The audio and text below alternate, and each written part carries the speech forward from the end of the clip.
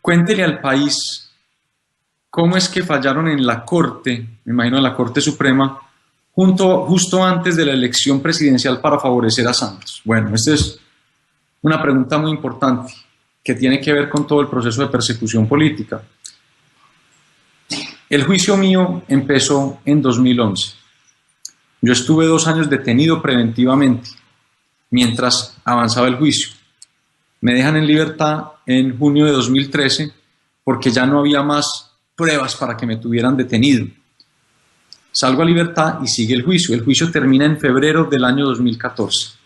Cuando un juicio termina, lo normal es que el juez se tome muy poquito tiempo para fallar y dar un veredicto. Pues bien, en mi caso, el juicio terminó en febrero de 2014. Fíjense el año de la elección presidencial, de la última elección presidencial, justo antes de la elección al Congreso. Entonces nos dicen que van a tomarse un tiempo para emitir un veredicto y nos citan para unas semanas después. Pues bien, llega esa fecha y vuelven y aplazan y dicen todavía no tenemos un veredicto. Y siguieron aplazando y aplazando y aplazando el veredicto. Lo aplazaron 5 meses. 5 meses. ¿Quién puede entender que se termina un juicio y se demoran 5 meses para emitir un veredicto? La anomalía es que sin haber tomado una decisión 2 días antes de la segunda vuelta presidencial del año 2014, la Corte Suprema de Justicia filtra ilegalmente la noticia según la cual me iban a condenar. Y digo ilegalmente porque la Corte ni siquiera se había reunido en ese momento para emitir un veredicto. Entonces, ¿por qué lo hicieron? Pues obvio, para afectar la elección presidencial de Óscar Iván Zuluaga, porque 2 días después era su elección. Esto en medio de todos los demás ataques que él padeció. Lo del hacker, esa infiltración ilegal desde la Dirección Nacional de Inteligencia. Pero también lo hicieron para presionar a los demás magistrados para que votaran en contra mía a la hora de emitir un veredicto. Una de las anomalías más grandes de ese día, cuando filtran esa noticia 2 días antes de la elección presidencial, es que el propio director de la Unidad Nacional de Protección amplificó la noticia de la supuesta condena. ¿En qué país del mundo el director de la agencia que debe proteger a las personas que tenemos un riesgo extraordinario de seguridad amplifica la noticia 2 días antes de la elección presidencial para naturalmente afectar al candidato que competía contra su jefe, el entonces candidato presidente de la República? Entonces es una anomalía muy grande. Ese día es el día que yo tomo la decisión de acudir al refugio, de acudir al asilo político a la luz del derecho internacional humanitario, y ese mismo día, esa misma noche, salgo de Colombia hacia los Estados Unidos. ¿Alguna otra duda que tengan sobre este proceso? Bueno, mientras va llegando y van subiendo la siguiente pregunta, yo quería compartir con ustedes cómo ha sido la violación de mis garantías en este juicio, sobre todo a quienes creen que yo tuve un juicio justo. Yo quiero compartirles algunos temas y mostrarles algunas de las evidencias. Lo primero que quiero mencionar es que a mí me imputan los cargos en julio del año 2011. Pues bien, la imputación de cargos en contra mía no se hizo en una sala de audiencias, se hizo en un teatro donde dejaron entrar barras de aplauso de la Fiscalía, de la entonces fiscal general Vivian Morales. Eso es una violación muy grande del debido proceso porque la persona que se está defendiendo no puede defenderse en un ambiente hostil. Tan hostil fue el ambiente y tanto aplauso hubo cuando el juez dictaminaba mi medida de aseguramiento que mi abogado en ese momento me dijo: no lo voy a exponer a usted más a esta humillación, por eso ni siquiera vamos a apelar la decisión. Después, la fiscal Vivian Morales, durante la audiencia, reveló todos los datos privados de mi familia y míos. Con esa información que ella reveló ante todos los medios de comunicación en Televisión Nacional, un grupo de personas se hizo pasar por el CTI, por agentes del CTI, y fueron y hurtaron nuestra residencia, poniendo en grave riesgo a mi familia. Eso no es todo. Después nos dimos cuenta que el magistrado que dirigió la audiencia de imputación de cargos en contra mía es un magistrado que se llama Orlando Fierro Perdomo. Aquí tengo la partida de matrimonio del señor Orlando Fierro Perdomo. Aquí ven ustedes la familia, la partida de matrimonio. Pues bien, ¿saben ustedes quién es el padrino de matrimonio del señor Orlando Fierro Perdomo? Aquí abajo que puede ver, el señor Yesid Ramírez y Raquel Bastidas. Yesid Ramírez es un ex magistrado de la Corte Suprema de Justicia con quien el gobierno para el cual yo trabajé tuvo una confrontación muy fuerte, porque en su momento el presidente Uribe denunció que ese ex magistrado Yesid Ramírez tenía vínculos con personas vinculadas o ligadas al narcotráfico. Ahí comienza una guerra muy fuerte entre la Corte Suprema de Justicia y nuestra administración. Entonces, miren eso. El magistrado que me envió a la cárcel del Tribunal Superior de Bogotá tenía como padrino de matrimonio al mayor enemigo que nosotros teníamos en la Corte Suprema de Justicia. Bueno, después en ese momento, pues todos sabemos que me acusa la fiscal de ese momento, Vivian Morales. Pues bien, es muy importante que todos sepamos que la fiscal Vivian Morales tiene un esposo que se llama Carlos Alonso Lucio. Carlos Alonso Lucio tuvo vínculos muy fuertes con los grupos paramilitares que el gobierno que yo serví y defendí combatió y extraditó a los Estados Unidos. Es decir, hay un conflicto de interés muy grande, porque, digamos, me acusa una fiscal cuyo esposo trabajó y tuvo vínculos, digamos, según todos estos testimonios, con personas que, digamos, fueron combatidas por nuestro gobierno. Pero adicionalmente a mí me acusan ante la Corte Suprema de Justicia. Muy importante que todos recuerden que la Corte Suprema de Justicia, o unos magistrados de la Corte Suprema de Justicia, se declararon víctimas del gobierno que yo serví y defendí. En particular, se declararon víctimas del gobierno que serví y defendí dos magistrados de la Sala Penal que me condenó. La magistrada ponente del caso, la que dirigió el caso, la señora María del Rosario González, y quien era en ese momento el presidente de la Sala Penal, el señor Leonidas Bustos. Esas dos personas se declararon víctimas del gobierno que serví y defendí. Y aún así, la Sala Penal les permitió que me juzgaran. Esto es como si una persona que se considera víctima, si a esa persona se le permite juzgar al defensor o a quien sirvió y defendió al supuesto victimario. Es un juez entonces que no es neutral, que no es, digamos, ajeno al proceso. Él no es un juez imparcial. Ahí se me violó otra garantía. A mí me condenan 8 magistrados.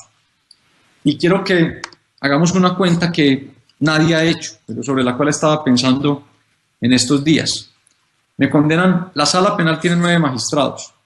Uno se declaró impedido porque actuó como procurador delegado en la imputación de cargos en contra mía. Quedan 8. De esos 8 magistrados, uno salvó su voto y dijo que me debían absolver porque se me había violado el debido proceso y el derecho de defensa. Quedan 7. Si a esos 7 le quitamos estos 2 magistrados que debieron declararse impedidos por conflicto de interés, quedan entonces 5 magistrados.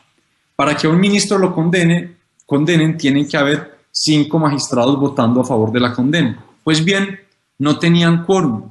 Entonces, ¿saben qué pasó?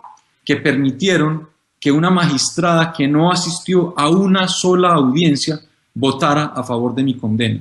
¿Por qué digo que no asistió a una sola de mis audiencias? Porque se posesionó 2 meses después de terminado el juicio. Si esa magistrada no hubiera votado, pues porque no asistió a ninguna audiencia, si los otros 2 magistrados se hubieran declarado impedidos, no hubiera habido quórum para condenarme.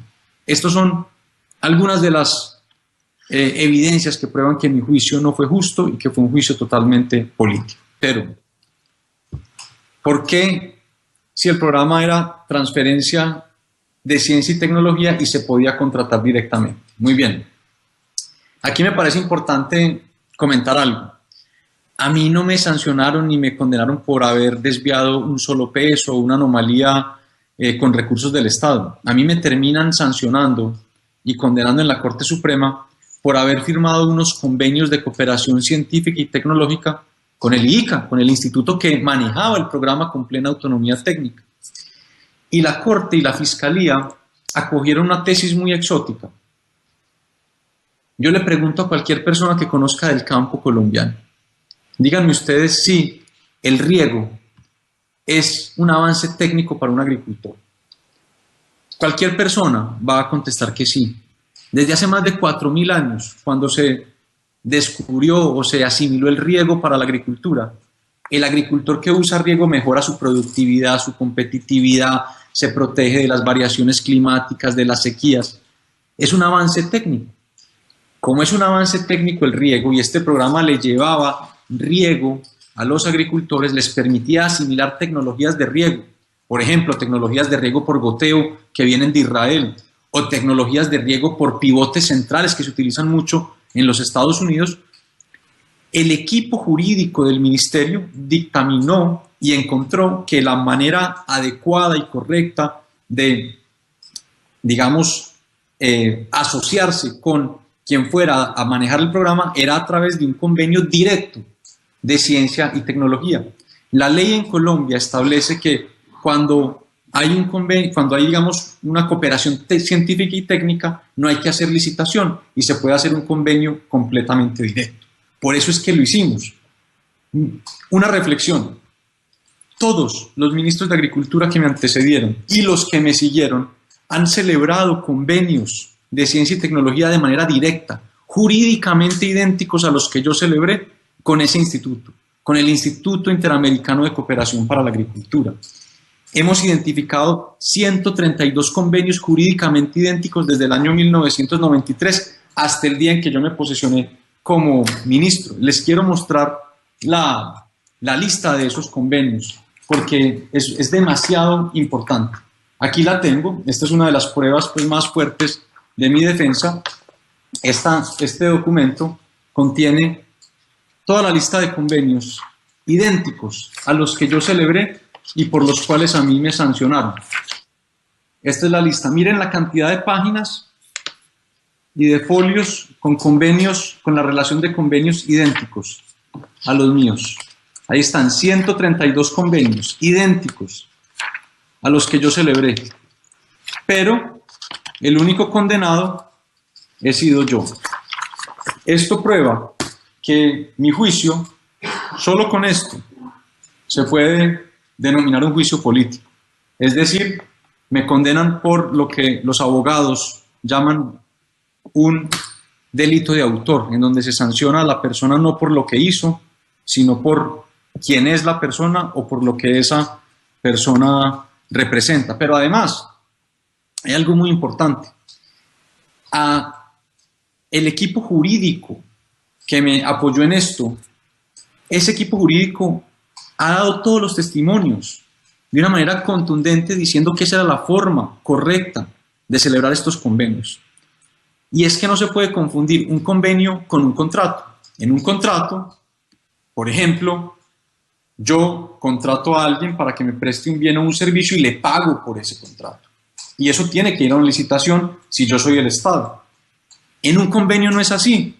En un convenio de asociación por cooperación científica y técnica, como fueron estos, yo no lo estoy contratando a la otra persona, sino que la otra persona y yo nos estamos asociando y los dos estamos poniendo recursos para cumplir un objetivo, desarrollar una política científica y tecnológica como lo es el riego. Y eso fue lo que hicimos nosotros con el módulo de riego de Agroingreso Seguro. No era un contrato, no se le estaba pagando a alguien para que prestara un servicio o un bien. Es más, el IICA, la otra parte del convenio, puso recursos al programa, aportó recursos al programa y por eso es que se hizo un convenio directo. Otra cosa muy importante, el equipo jurídico que me apoyó en esto, la Procuraduría inicialmente lo sancionó disciplinariamente por los convenios. Pues bien, el Tribunal Administrativo de Cundinamarca le ha quitado la sanción a mi asesor jurídico en esta materia. Entonces, ¿quién puede entender que para unos tribunales no sea delito y para otros sí? Pero que para aquellos para los cuales sí es un delito son aquellos que me sancionan a mí. Eso demuestra que yo fui condenado por un delito de autor. A uno no lo pueden condenar cuando el tema se reduce a la interpretación de la ley. Se tiene que presumir la buena fe de la persona. Pero bueno, creo que ya con esto hay suficiente ilustración. Sigamos a la siguiente pregunta. ¿Por qué llegaron dineros a grandes terratenientes e incluso a una exreina? Bueno, primero dividamos la pregunta en dos: los terratenientes y la exreina. Como dije desde el principio, el programa estaba diseñado para todos los agricultores, porque es que ante una competencia con el resto del mundo, el apoyo debe llegar a todos los agricultores. Todas las hectáreas de agricultura en Colombia compiten contra las importaciones. Todas las hectáreas compiten contra importaciones que vienen llenas de subsidios, especialmente desde los Estados Unidos. Todas las hectáreas producen empleo en el campo, todas las hectáreas producen ocupación lícita y pacífica del territorio, todas las hectáreas generan empleo rural, todas las hectáreas producen alimentos. Entonces tenía que llegar el programa, y así fue diseñado y así lo aprobó el Congreso de la República, a todos los agricultores sin importar el tamaño. Aún así, los mayores beneficiados fueron los pequeños y medianos, 99%. Eso con respecto a los terratenientes. Ahora déjenme hablar de la reina o la exreina. Lo primero que tengo que decir es que cuando esta exreina se presenta al programa, yo no era ministro de Agricultura. Y yo creo que muchos de ustedes en este momento están sorprendidos, porque la narrativa que se montó en los medios de comunicación, y por eso gracias a Dios tenemos ya estas redes, es que supuestamente la reina había accedido al programa cuando yo era ministro. Eso no es cierto. Yo salí del Ministerio de Agricultura en febrero del año 2009. Esta persona se presentó al programa en mayo del año 2009, es decir, a marzo, abril, a mayo, más de 3 meses después de mi salida del Ministerio de Agricultura. Eso es muy, pero muy importante. Ella fue a un juicio y entiendo que fue absuelta. No se encontró que hubiera cometido delito alguno, pero yo quiero enfatizar en que esta persona, esta exreina, se presentó al programa cuando yo no era ministro de Agricultura. La narrativa que han montado desde algunos medios de comunicación y desde algunos sectores enemigos políticos de nosotros es que nosotros queríamos que una reina accediera al programa. Pues yo no era el ministro de Agricultura en ese momento. Pero ¿saben ustedes cómo utilizó eso la Corte en contra mía? A pesar de que yo ya no era el ministro, les quiero leer una parte de lo que dice la sentencia de la Corte. Esta es la sentencia de la Corte en contra mía. Miren el tamaño de esta sentencia. Tiene más de 500 folios. Pues bien, esta dice la sentencia de la Corte Suprema en contra mía, que si bien el doctor Arias Leiva no ejercía como ministro cuando se asignaron los subsidios declinados por la exreina Domínguez Tarú, estos hechos le son reprochables, es decir, a mí, porque, dice la Corte, yo senté las bases a partir de los cuales sus proyectos fueron presentados, evaluados, calificados y aprobados. Ve, por Dios, ¿qué es esto? Una persona se presenta a un programa después de que el ministro salió y la Corte concluye que el ministro es responsable por lo que sucedió después de la salida del ministerio.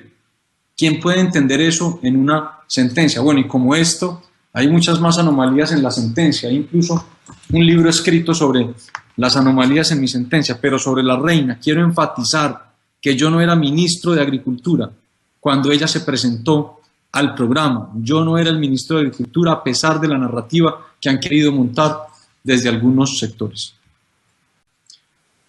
Usted desconoce que los beneficiarios de los recursos, además de pertenecer a un concreto sector del agro, el de cultivadores de palma de aceite, estaban ubicados en una específica zona del país y vinculados en parentesco con miembros de un reconocido grupo político de la costa caribe, los señores Vives Lacutir. Primero digamos que los beneficiarios de los recursos en el programa Agroingreso Seguro no fueron unos pocos beneficiarios de una zona del país. Fueron, como lo mostré al principio, más de 380.000 beneficiarios de todos los tamaños, pero el 99% fueron pequeños y medianos, y fue en todos los departamentos de Colombia.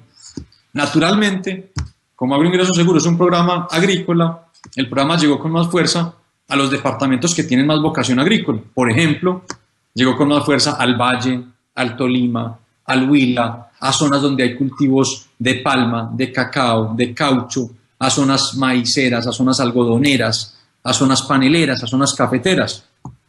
Agroingreso Seguro, por ejemplo, no podía llegar a las ciudades. Entonces, por eso, digamos, es importante poner eso en contexto. Ahora bien, quienes cometieron el fraude al programa son un grupo muy pequeño de personas que reconocieron que le cometieron fraude al programa. ¿Cómo fue el fraude? Para quienes no lo conocen, estas personas tomaron una plantación de palma en el departamento del Magdalena y en vez de presentarse para recibir un incentivo, la subdividieron en 5 o 6 partes con arrendamientos ficticios y se presentaron para recibir 5 o 6 incentivos. Estas personas reconocieron esto, devolvieron los recursos y estas personas, hasta donde tengo entendido, no pagaron un solo día de cárcel. La Fiscalía no les pidió cárcel a ellos. Pero además, ese modus operandi o ese sistema de fraccionamiento de predios no surgió del Ministerio de Agricultura. Estas personas reconocieron, en mi juicio, que fue un particular en el departamento del Magdalena el que les vendió la idea de cómo cometer el fraude. Pues bien, a esa persona, a ese particular, la Fiscalía nunca le hizo nada, es lo que tengo entendido. Entonces, eso me permite poner en contexto lo que sucedió. Ahora bien, estas personas que se beneficiaron y los que tienen vínculos con la familia Vives o la Cutir o Dávila actuaron siguiendo ese modo fraudulento de acceder al programa, pero eso nada tiene que ver con los funcionarios del Ministerio de Agricultura y menos con el ministro, menos, jamás. Todos los funcionarios del IICA, que era la entidad encargada de manejar el programa, reconocieron en juicio que nunca, ni Andrés Felipe Arias, ni el viceministro, ni los funcionarios del ministerio los llamaron, les insinuaron, los contactaron para que beneficiaran a una persona en particular. Nunca. Eso lo reconocieron todos los técnicos del IICA en el juicio contra mí. Y aún así, la Corte me condenó. ¿Tenemos alguna otra pregunta? Dice Santiago García Martínez. ¿Es cierto que el exgobernador de Nariño y hoy senador de la República, doctor Antonio Navarro Wolf, salió en su defensa y a la defensa de Agroingreso Seguro dijo que por el beneficio que le había traído a todos los nariñenses? Eso es correcto. Uno de los departamentos que más se benefició de Agroingreso Seguro y particularmente del programa de riego fue el departamento de Nariño, que es un departamento con vocación agrícola. Pero además es un departamento de minifundio. Es un departamento donde hay muchos pequeños agricultores. El entonces gobernador de Nariño, Antonio Navarro Wolf, le apostó mucho al programa y logró que muchos agricultores de su departamento se beneficiaran. Muchísimos. Muchos distritos de riego y proyectos de riego llegaron a ese departamento. Pues bien, el doctor Antonio Navarro públicamente y después en mi juicio ante la Corte Suprema reconoció que fue un programa transparente, un programa que le llegó mucho al pequeño productor, que nunca vio una anomalía, que nunca nadie, ni el ministro, ni ningún funcionario del Ministerio de Agricultura, lo llamó para pedirle algo, para insinuarle algo. Él reconoció y dio testimonio de esto, que fue un programa completamente honesto y transparente, de tal manera que el único sitio donde hubo esa anomalía por la cual se generó pues, todo este problema de Agroingreso Seguro fue en esa zona del departamento del Magdalena, donde un particular ideó una forma de cometer el fraude, se la vendió a unas pocas personas que le compraron la idea y les cobraba, según dijeron en juicio estas personas, entre 20 y 25 millones por cada predio fraccionado. Y repito, terminan condenando al ministro y no pasa nada con la persona que ideó el fraude. Pregunta Ana María Escandón. ¿Cuántos campesinos fueron beneficiados con el programa y cuántas hectáreas aumentó el área de cultivo? Al principio de la emisión mostré el documento que probaba que Agroingreso Seguro le llegó a más de 380.000 familias, 99% pequeñas y medianas. Hectáreas, ¿cuántas benefició? Tengo la siguiente estadística. Cuando yo fui ministro de Agricultura, el área de producción agrícola lícita en Colombia creció en 1 millón. Es decir, nosotros, gracias a Agroingreso Seguro, pudimos expandir la frontera agrícola en 1 millón de hectáreas. Esto fue 1 millón de hectáreas de más producción de alimentos para Colombia, de más empleo rural, 1 millón de hectáreas de más ocupación lícita y pacífica del territorio, 1 millón de hectáreas de productos que no solo servían para la seguridad alimentaria de Colombia, sino también para la exportación, es decir, para generarle equilibrio al sector externo colombiano, para generarle influjo de divisas al sector externo colombiano, a la balanza de pagos. Entonces fueron 1 millón de hectáreas de mucho beneficio, no solo para el sector agropecuario y para la paz rural y para la estabilidad y ocupación lícita y pacífica del territorio, sino también para la economía como un todo. Dice, ¿por qué salen tantos financiadores de la campaña de Uribe en Agroingreso Seguro? Excelente pregunta, excelente pregunta. Esa es una pregunta que la respuesta no puede ser ni falso o verdadero, sino algo así como, eso puede ser cierto, depende de cómo se le mire, pero es tendencioso. ¿Por qué? Porque algunos medios de comunicación se han dedicado a cruzar una lista de financiadores de las campañas del presidente Uribe con los beneficiarios de Agroingreso Seguro, y creo que han encontrado como 30 y pico o 40 y pico. Sobre eso quiero decir varias cosas. Primero, muchas de esas personas no solo le han aportado a las campañas del presidente Uribe, sino también a las campañas de sus adversarios. Segundo, cuando uno compara el número de financiadores que coinciden con los beneficiarios de Agroingreso Seguro, encuentra que los financiadores son como 30 y pico, 40 y pico, y los beneficiarios de Agroingreso Seguro más de 380.000. A mí me parece que antes eso habla muy bien del programa, porque es menos del 0, es como el 0.011% de todos los beneficiarios. Eso quiere decir que no hay una correlación entre el programa y los beneficiarios, perdón, entre los beneficiarios de Agroingreso Seguro y quienes financiaron la campaña del presidente Uribe. Y les hago un ejercicio, digamos, en gracia de discusión hipotético. Si yo, por ejemplo, cruzara quiénes de los beneficiarios son, por ejemplo, hinchas del Atlético Nacional, que es mi equipo, yo probablemente encontraría que un 15 o 20% son hinchas del Atlético Nacional, pero no por eso puedo yo concluir que Agroingreso Seguro fue creado para beneficiar a los hinchas del equipo que yo quiero, y sigue. Es decir, eso es una correlación espuria. Entre otras cosas, porque se pudo probar en el debate en el Congreso de la República que así como hay beneficiarios de Agroingreso Seguro que financiaron las campañas del presidente Uribe, también hay muchos beneficiarios de Agroingreso Seguro que hacen parte de la oposición, que inclusive militaban en partidos de políticos que nos hacían oposición a nosotros.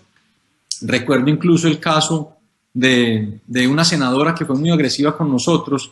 Encontramos que inclusive tenía vínculos familiares con personas que se beneficiaron de Agroingreso Seguro. Eso quiere decir que Agroingreso Seguro no tenía ningún tipo de parámetro político o de preferencia política para la adjudicación de los recursos. Y como les digo, estoy seguro que muchas de esas personas que los medios mostraron en su momento como financiadores del presidente Uribe también financiaron otras campañas y a los propios rivales del presidente Uribe.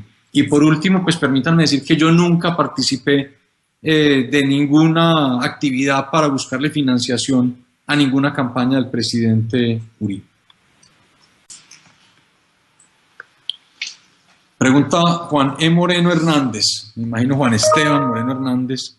Doctor Arias, ¿cómo tendremos que hacer en Colombia para recuperar la confianza en las instituciones y hacer que se legisle de nuevo para el pueblo y no para los políticos? Bueno, esa es una pregunta muy política, pero vamos a ver. Hombre, yo pienso que hoy en Colombia lo importante es recuperar un camino que se venía construyendo. Colombia no se le puede entregar hoy al cartel de droga más grande del mundo. Yo pienso mucho en un ejemplo que me llega a la cabeza y es el siguiente. Imagínense ustedes una señora, digamos, doña Rosa Gómez, en Ituango, Antioquia. Pensemos en una vereda de Ituango. Allá opera el Frente 36 de las FARC. A doña Rosa Gómez, una cuadrilla del Frente 36 de la FARC le asesinó el marido hace unos 15 años. Hoy, gracias a lo que el gobierno ha hecho con las FARC, el comandante de esa cuadrilla no solo no va a pagar un día de cárcel, sino que va a poder ser concejal del pueblo. ¿Qué puede pensar doña Rosa Gómez cuando vea a la persona que mató a su marido, concejal del pueblo, donde ella nació y donde ella vive, en representación quizá de la vereda donde murió su marido? Eso no lo entiende nadie. Por eso yo siempre he dicho que la paz no es el camino, la paz es el destino y el camino es la justicia. Yo no estoy diciendo que a todos los integrantes de las FARC se les deba llevar a una cárcel de máxima seguridad, no. Pero yo sí estoy diciendo que en ciertos casos tiene que haber justicia. Y por lo menos no se puede permitir que quienes han cometido este tipo de delitos ostenten cargos de elección popular o de nombramiento en la administración pública, porque es revictimizar a las personas, como es este caso de doña Rosa Gómez. Y para recuperar la confianza en las instituciones, uno no puede doblegar las instituciones ante un grupo que delinquió, que narcotraficó, que secuestró, que torturó, que asesinó a tantas personas en nuestro país. Es que no tiene sentido que hoy Colombia esté debatiendo la política rural con las FARC. Las FARC fueron el mayor enemigo del campo colombiano. Las FARC, a pueblo que iban, era pueblo donde saqueaban el Banco Agrario. A pueblo que iba, era pueblo en donde mataban, asesinaban y torturaban. Fueron un gran enemigo del campo colombiano. Mucha cantidad de ganaderos, de agricultores, de campesinos extorsionados, vacunados por las FARC. Y ahora estamos en una realidad en la cual se debate la política rural con esos señores. Honestamente yo no lo entiendo, no lo entiendo. Yo entendería que estas personas depusieran las armas, se sometieran al Estado y se confeccionara o construyera una paz de esa manera, pero no entiendo cómo estas personas ahora pueden ir al Congreso, pueden ser concejales, pueden ser diputados, pueden ser alcaldes y además definen cómo se hace la política rural en nuestro país. Cuando eso se enmiende, cuando eso cambie, y espero que en el 2018 un candidato de nuestra línea de pensamiento gane para que pueda enmendarlo y corregirlo y revertir eso, se va a recuperar la confianza en las instituciones y la confianza en Colombia, la confianza en la seguridad y en la justicia. Pregunta, si usted supuestamente es inocente, ¿por qué se voló? ¿Y no es eso ser prófugo?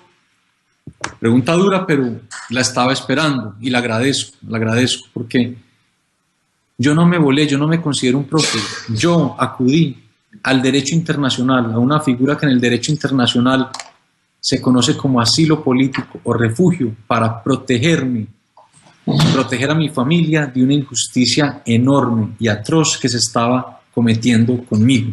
Mi juicio no fue justo, mi juicio fue político. A mí me condenó una corte politizada que estaba vengándose del gobierno que serví y defendí. Me condenó una corte que tiene unos audios en donde dicen los magistrados que contra los ministros de Uribe hay que actuar por conveniencia política. Me condenó una corte que si hubiera actuado bien no hubiera tenido quórum para condenarme. Me condenó una corte que no me quiere dar el derecho a la apelación, a pesar de que otra corte, la constitucional, ya estableció que todos los colombianos debemos tener derecho por lo menos a 2 instancias. Me condenó una corte a pesar de que la Procuraduría General de la Nación, que inicialmente me había sancionado, pidió que me absolviera. Me condenó una corte en donde uno de los magistrados estableció un salvamento de voto muy fuerte, un magistrado valiente, donde prueba contundentemente que me violaron el derecho de defensa y el debido proceso. Me condenó una corte en donde una de las magistradas que firma la condena no asistió a una sola de las audiencias.